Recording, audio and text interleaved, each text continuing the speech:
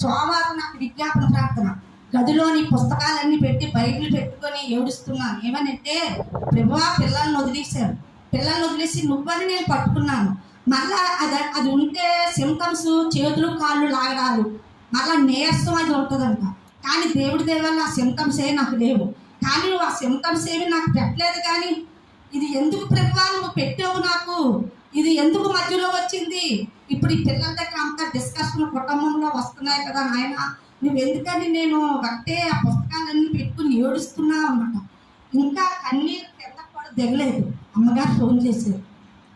అమ్మగారు ఫోన్ ఇచ్చింది. అమ్మగారు ఏమంటున్నారంటే ఫోన్లో, అమ్మ తల్లిగారు మీ నిన్నే కదా తైలాభిషేకం జరిగింది, ఇవాళ ఏంటి అమ్మగారు పరిశుద్ధాత్ముడు నీకు ఫోన్ చేయమంటున్నారని చెప్పి, పాస్టర్ గారు బయటకు వెళ్తున్నారు, నేను ఇంకా టిఫిన్ కూడా తినలేదు, పరిశుద్ధాత్ముడు మీకు ప్రార్థన చేయమని అడుగుచున్నాడని చెప్పడం జరిగితే అప్పుడు నేను అన్నాను, ప్రభువా ఎప్పుడు నాకు అమ్మగారు ఈయన పాస్టర్ గారు పరిచయం అయిన దగ్గర నుంచి కూడా నా కన్నీరు ఏదైనా కింద కూడా చారకుండానే ప్రార్థన ఫోన్ వచ్చేస్తూ ఉంటాడు, వచ్చి ఒక్కొక్క వాగ్దానం ఇచ్చేస్తూ ఉంటాడు. అది మట్టుకు నాకు పరిచయం అయిన దగ్గర నుంచి ఇక్కడికి వచ్చిన దగ్గర నుంచి కూడా నేను చాలా విధాలుగా కూడా అమ్మగారు ప్రార్థన చేయడం జరిగింది.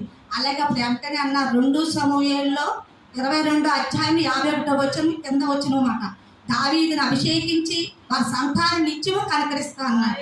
ఆ వాగ్దానం నీకు ఇచ్చాడమ్మ, నిన్ను అభిషేకించాడు, నిన్న సంతానాన్ని కనిపిస్తా అన్నాడు.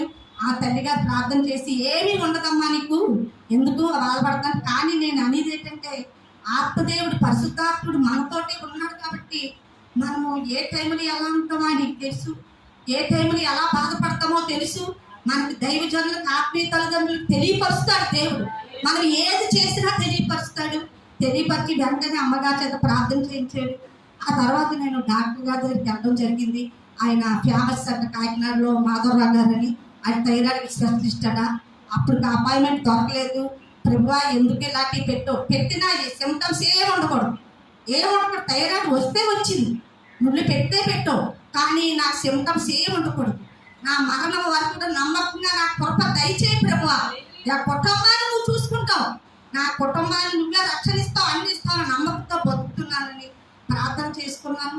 ప్రార్థన చేసుకుని డాక్టర్ గారి దగ్గరికి వెళ్ళాను. డాక్టర్ గారు చాలా 25 లెవెల్ ట్యాబ్లెట్స్ ఇచ్చారు.